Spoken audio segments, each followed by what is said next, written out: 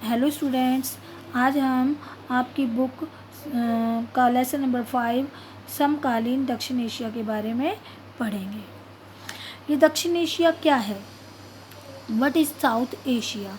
बच्चों, दक्षिण एशिया क्षेत्र में जो देश शामिल हैं वो हैं भारत, पाकिस्तान, नेपाल, बांग्लादेश, श्रीलंका, भूटान, मालदीव और अब इनके साथ बच्चों अफ़गानिस्तान भी शामिल हो गया है। अगर इसकी भौगोलिक परिस्थिति के बारे में बात करते हैं तो उत्तर की ओर हिमालय पर्वत श्रृंखला है इसमें, और दक्षिण की ओर हिंद महासागर है, पश्चिम का अरब सागर और पूर्व में मौजूद बंगाल की खाड़ी है। बच्चों, अगर हम मैप देखते हैं तो ये देखना आप ध्यान से, ये नॉर्थ, ये साउथ, ये ईस्ट और ये वेस्ट, यानी कि इसके उत्तर में क्या है? हिमालय, और दक्षिण में हिंद महासागर है, और पश्चिम में क्या है? अरब सागर, और उत्तर में क्या है? बंगाल की खाड़ी है। ठीक है। इस महाद्वीप की जो इस उपमहाद्वीप के क्षेत्र की जो भाषाई और सामाजिक तथा सांस्कृतिक जो है वो अनूठेपन का एक मुख्य कारण है। इस क्षेत्र की जो जनसंख्या है वो 1 बिलियन से ज़्यादा है। किसकी? दक्षिण एशिया क्षेत्र की।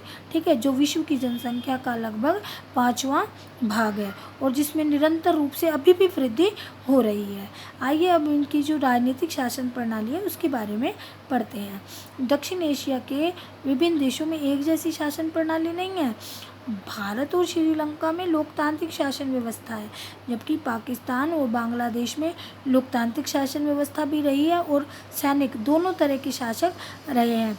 नेपाल में 2006 तक संवैधानिक राजतंत्र था। राजतंत्र समझते हो ना बच्चे, जहाँ राजा का शासन होता है, परंतु 2006 में वहाँ लोकतंत्र की बहाली हुई है, जबकि वहीं पर अब वहाँ पर राजतंत्र को समाप्त करके लोकतंत्र की स्थापना हो गई है। ऐसे भूटान में यद्यपि राजतंत्र, परंतु वहाँ के राजा ने देश में बहुदलीय लोकतंत्र की स्थापना की योजना पर कार्य करना शुरू कर दिया है। ठीक है। मालदीव में 1968 तक सल्तनत थी, यानी कि शासक थे, और 1968 में वहाँ गणराज्य बन गया। सन 2005 में यहाँ बहुदलीय शासन प्रणाली को अपना लिया गया था। ठीक है।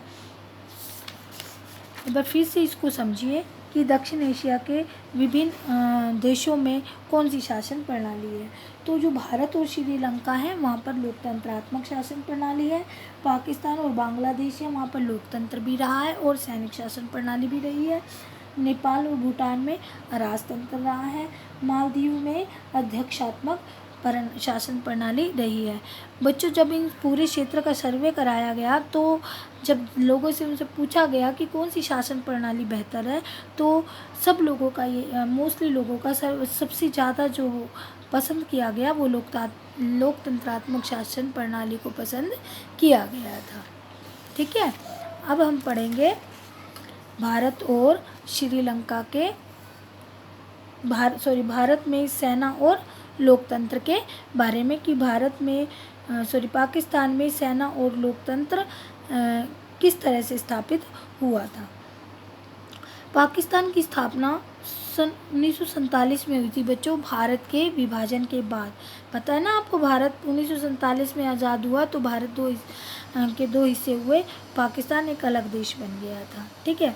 पाकिस्तान की स्थापना के समय तो वहाँ पर लोकतंत्र की स्थापना पर विश्वास जताया गया था, लेकिन शीघ्र ही वहाँ पर अयूब खान ने शासन की जो कमान है वो अपने हाथों में ले ली और वहाँ पर सैनिक शासन को स्थापित किया था, यानी तानाशाही स्थापित हो गई। तब से लेकर अब तक पाकिस्तान में लोकतंत्र सफलतापूर्वक नहीं चल पाया है। लोकतंत्र के बारे में तो आपने अपनी पिछली क्लासेस में पढ़ा होगा ना कि लोकतंत्र क्या है? जनता के लिए और जनता का शासन है। ठीक है। तो वहाँ पर लोकतंत्र नहीं चल पाया है, परंतु कुछ समय के बाद जब जनरल अयूब खां के शासन के विरुद्ध जनता ने आवाज़ उठाई तो उसे अपना पद छोड़ना पड़ा था।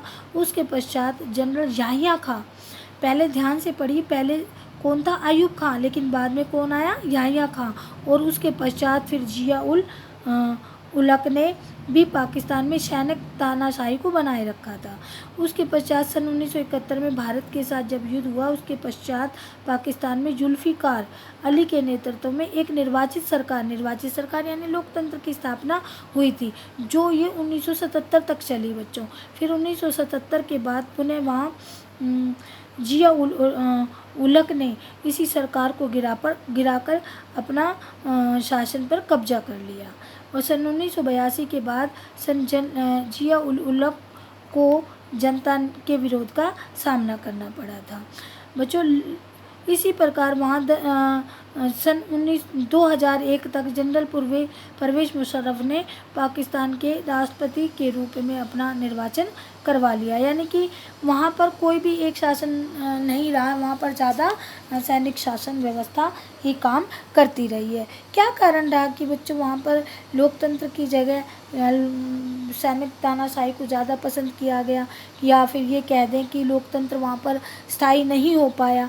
तो बच्चों पाकिस्तान में जो लोकतंत्र के स्थायी ना होने के जो कारण है, उनमें पहला कारण है कि वहाँ पर सेना, धर्मगुरु और भूस्वामियों का सामाजिक दबदबा ज़्यादा है, ठीक है, जिसकी वजह से वहाँ पर कई बार निर्वाचित सरकारों को गिराकर सैनिक शासन कायम किया गया। और दूसरा, भारत के साथ जो पाकिस्तान के संबंध है वो हमेशा तनावपूर्ण से रहे हैं, जिसके कारण सेना समर्थक समूह बहुत मजबूत है और तो उनका ये भी तर्क है कि भारत का मुकाबला करने के लिए यहाँ पर सैनिक शासन ज़्यादा उचित है, ठीक है।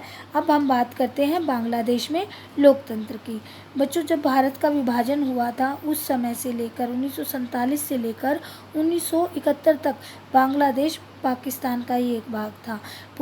और किस नाम से जाना जाता था? ये पूर्वी पाकिस्तान के नाम से जाना जाता था। इस क्षेत्र में रहने वाले लोग आरंभ से ही यानी शुरुआत से ही पश्चिमी पाकिस्तान के दबदबे और अपने ऊपर उर्दू भाषा को लादने के खिलाफ थे, यानी विरोधी थे, ठीक है। और उन्होंने बंगाली भाषा और संस्कृति के साथ हो रहे दुर्व्यवहार के खिलाफ अपना विरोध जताना शुरू कर दिया था और साथ ही शासन में अपने न्यायोचित भागीदारी और न्यायोचित प्रतिनिधित्व की मांग उठा ली थी, यानी कि उनका ये कहना था कि उन पर किसी भाषा को ज़बरदस्ती ना थोपा जाए और शासन प्रक्रिया में भी उनको भागीदारी दी जाए। और पश्चिमी पाकिस्तान के प्रभुत्व के खिलाफ उन्होंने जन संघर्ष को छेड़ दिया था और उसका जो नेतृत्व कर रहे थे मुजीबुर रहमान ने, ठीक है। और पूर्वी क्षेत्र के लिए उन्होंने स्वायत्तता की मांग कर ली थी, यानी कि ये कह दिया था कि इस पूर्वी क्षेत्र को आज़ादी दे दी जाए। और सन 1970 में हुए चुनाव में शेख मुजीबुर रहमान के नेतृत्व वाली आवामी लीग ने पार्टी को पूर्वी पाकिस्तान की सभी सीटों पर विजय प्राप्त कर ली थी, यानी कि मांग की थी इसने जो स्वायत्तता की मांग की थी 1970 में जो चुनाव हुए उसमें सभी सीटों पर इन्हीं की जीत हुई थी। परंतु पाकिस्तान के जो जनरल थे याह्या खां, उन्होंने अपनी सेना की सहायता से आंदोलनकारियों को दबा दिया, यानी इस आंदोलन को कुचलने का प्रयास किया और आंदोलनकारियों को मौत के घाट उतार दिया था। इसमें भारत सरकार ने भी पूर्वी पाकिस्तान के लोगों की स्वतंत्रता की मांग का समर्थन भी किया था और उन्हें वित्तीय सहायता भी प्रदान की थी, ठीक है। जब 1971 में भारत और पाकिस्तान के बीच युद्ध छिड़ गया तो जिसकी समाप्ति पूर्वी पाकिस्तान में पाकिस्तानी सेना के आत्मसमर्पण, यानी कि पाकिस्तानी सेना ने आत्मसमर्पण कर दिया था और बांग्लादेश को एक स्वतंत्र राज्य के रूप में स्थापना हो गई थी बांग्लादेश की। और फिर बांग्लादेश ने अपना संविधान बनाकर अपने को एक धर्मनिरपेक्ष तथा समाजवादी राज्य घोषित किया था।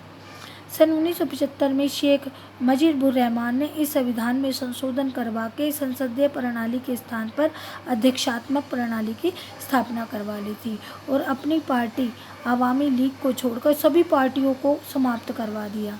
और ऐसे में फिर क्या होना था, देश में फिर से वही तनाव और संघर्ष की स्थिति पैदा हो गई और अगस्त 1975 में सेना ने उनके विरुद्ध बगावत कर दी और इसमें शेख मुजीबुर रहमान मारे गए और वहाँ फिर लेफ्टिनेंट जनरल HM इरशाद के नेतृत्व में सैनिक शासन की स्थापना हो गई थी।